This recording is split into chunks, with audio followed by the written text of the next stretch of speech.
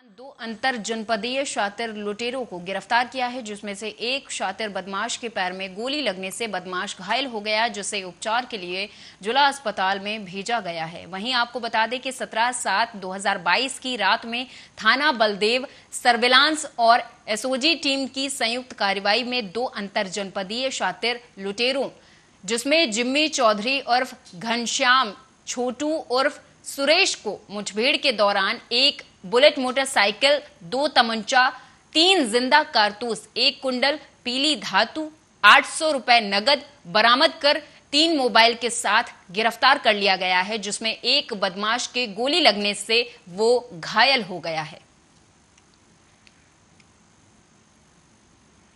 को थाना बलदेव के सेहत गांव में सीताराम गौतम, जो अपनी वाइफ के साथ मोटरसाइकिल से जा रहे थे, इनको 2 अज्ञात बदमाशों द्वारा जो बुलेट से थे रोका गया और इनके साथ लूटपाट की गई, जिसमें इनके वाइफ के कुंडल और 800 रुपये बदमाशों द्वारा छीन लिए गए थे। वहां खेत में काम कर रहे लोगों द्वारा हल्ला किया गया और इस हल्ला में गांव के लोग बदमाशों का घेराव किए।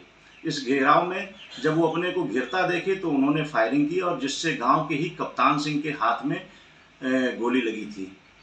इस घटना के अनावरण के लिए वरिष्ठ पुलिस अधीक्षक मथुरा द्वारा कई टीमों को लगाया गया था, जिसमें सर्विलांस, एसओजी और बलदेव की टीमें काम कर रही थी। आज रात मुखबिर की सूचना पर कि बदमाशों का मूवमेंट हो रहा है, पुलिस द्वारा एक्सप्रेस वे के कासिमपुर अंडरपास पर चेकिंग लगाई गई थी। इस चेकिंग के दौरान एक बुलेट से 2 व्यक्ति आते हैं और पुलिस को देखकर वो हड़बड़ी में गिर जाते हैं।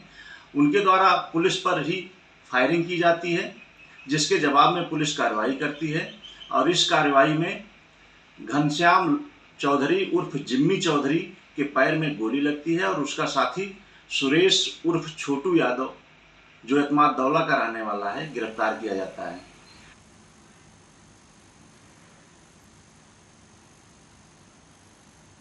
अगली खबर अमेठी से है, जहां 3 तलाक का मामला सामने आया है। दरअसल पति ने अपनी पत्नी के साथ मारपीट की, उसके बाद उसे तलाक दे दिया। बता दें कि दहेज की मांग ना पूरी होने पर पति ने पत्नी को ये तलाक दिया है।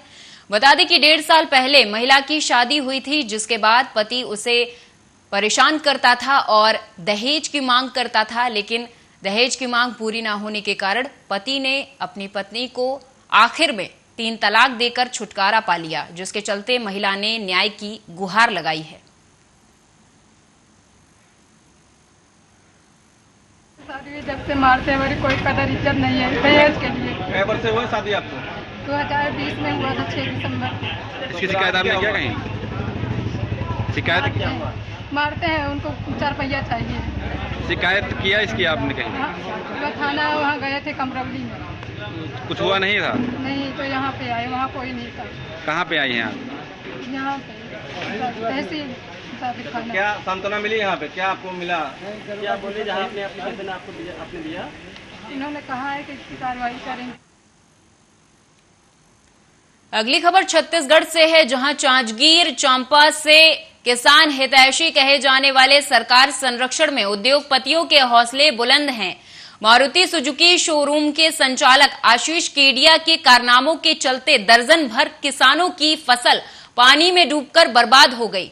जी हां, यह पूरा मामला पामगढ़ विधानसभा क्षेत्र के ग्राम पंचायत देवरी का है, जहां देवरी और लोहारसी के बीच सड़क मार्ग के किनारे आशीष केडिया द्वारा बरसों पुराने नाले को पाटकर मारुति शोरूम बनाया जा रहा है, जिससे कि खेतों से उस नाले में आने वाले पानी की निकासी नहीं हो पा रही। दर्जन भर से ज्यादा किसानों की फसलें पानी में डूबकर बर्बाद हो गई, जिससे किसान भाई खून के आंसू रोने को मजबूर हैं। एक तरफ तो जहां छत्तीसगढ़ राज्य सरकार किसान के हितों के लिए अनेकों दावे करती है, तो वहीं दूसरी तरफ उनके ही अधिकारी बड़े बड़े उद्योगपतियों से हाथ मिलाकर किसानों के ऊपर दबाव बनाते हुए शोरूम खोलने के लिए एनओसी देते हैं।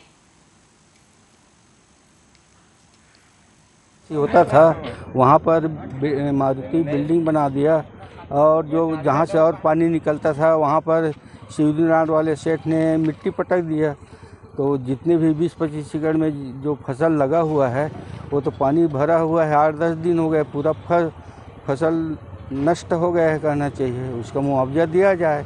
दादा बताएंगे कितने वर्षों से तंजीन नाला था यहाँ से पानी निकासी? ये तो हम लोग जान नहीं रहे हैं, तब से है यहीं से पानी निकासी? हाँ, यहीं से निकलता है पानी। जब ये लोग ये कार्य निर्माण किया तो इसका विरोध क्या ग्रामीणों ने किया, किसानों ने इसका कार्य किए तो हम लोग विरोध नहीं किए भाई, क्योंकि सरपंच किए होंगे, मेरे के मालूम नहीं कहना चाहिए। बाकी इसमें से पानी निकलता था, ये पाट दिया, अगर ये पटाई नहीं हुआ रहता ना पानी निकल जाता, फसल बर्बाद नहीं होता।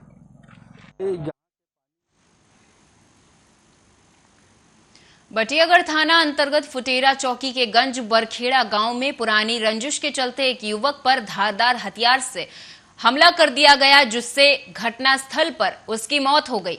जहां पुलिस ने हत्या का मामला दर्ज कर जांच में जुट गई है। वहीं बटियागढ़ थाना प्रभारी मनीष मिश्रा ने बताया कि 27/5/2022 को गंज बरखेड़ा गांव में आरोपियों के द्वारा पुरानी रंजिश को लेकर युवक की धारदार हथियार से हत्या कर दी गई थी, जहां आरोपी फरार चल रहा था। मुखबिर की सूचना पर पुलिस ने आरोपी को फुटेरा बकायन तिराहे के पास से घेराबंदी करके गिरफ्तार किया है, जहां आरोपी को पुलिस के द्वारा बटियागढ़ सामुदायिक स्वास्थ्य केंद्र में मेडिकल परीक्षण कराने के बाद कोविड-19 की जांच के बाद आरोपी को पुलिस के द्वारा माननीय न्यायालय में पेश किया गया। वहीं पुलिस द्वारा अन्य आरोपियों की तलाश लगातार जारी है।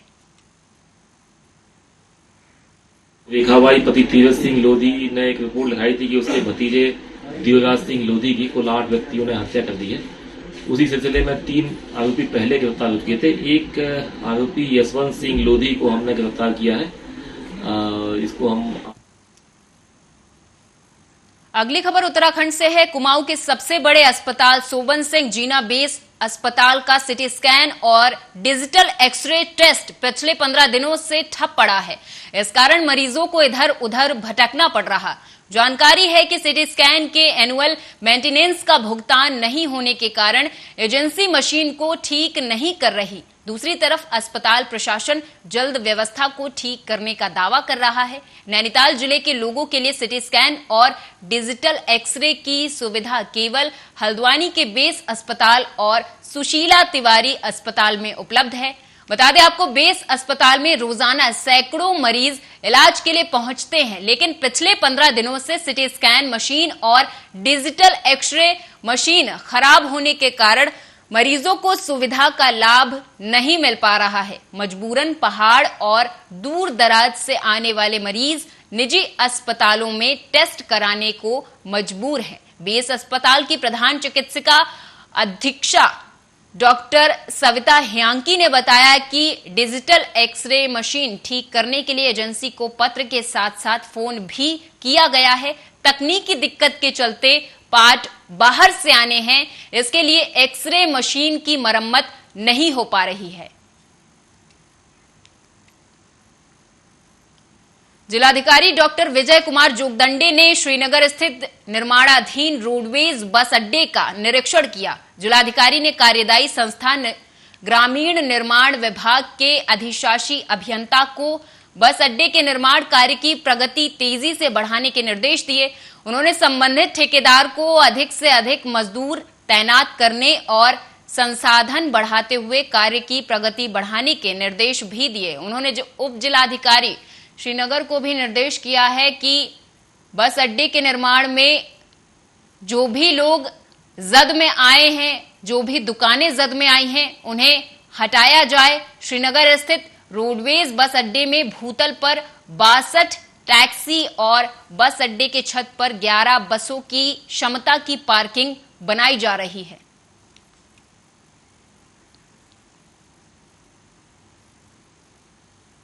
रुड़की से अगली खबर है, जहां बीते 2 दिन पहले घटना में मजदूर दब गए थे। दरअसल बीते 2 दिन पहले रुड़की मछली मार्केट के पास एक स्कूल की बिल्डिंग जर्जर हालत में पहुंच चुकी थी, जिसको लेकर मजदूर काम कर रहे थे। अचानक से एक दीवार गिरने से एक मजदूर बुरी तरह से मलबे में दब गया था। मौके पर नगर निगम के अधिकारी कर्मचारी भी पहुंचे। वहीं युवाओं ने हौसला दिखाते हुए मलबे में दबे उस मजदूर को बाहर निकालने में अहम रोल अदा किया है, जिसको लेकर आज वार्ड नंबर 35 के पार्षद प्रतिनिधि मुस्तकीम काला के द्वारा उन नौजवानों की हौसला अफजाई की गई है और उन्हें सम्मानित किया गया है।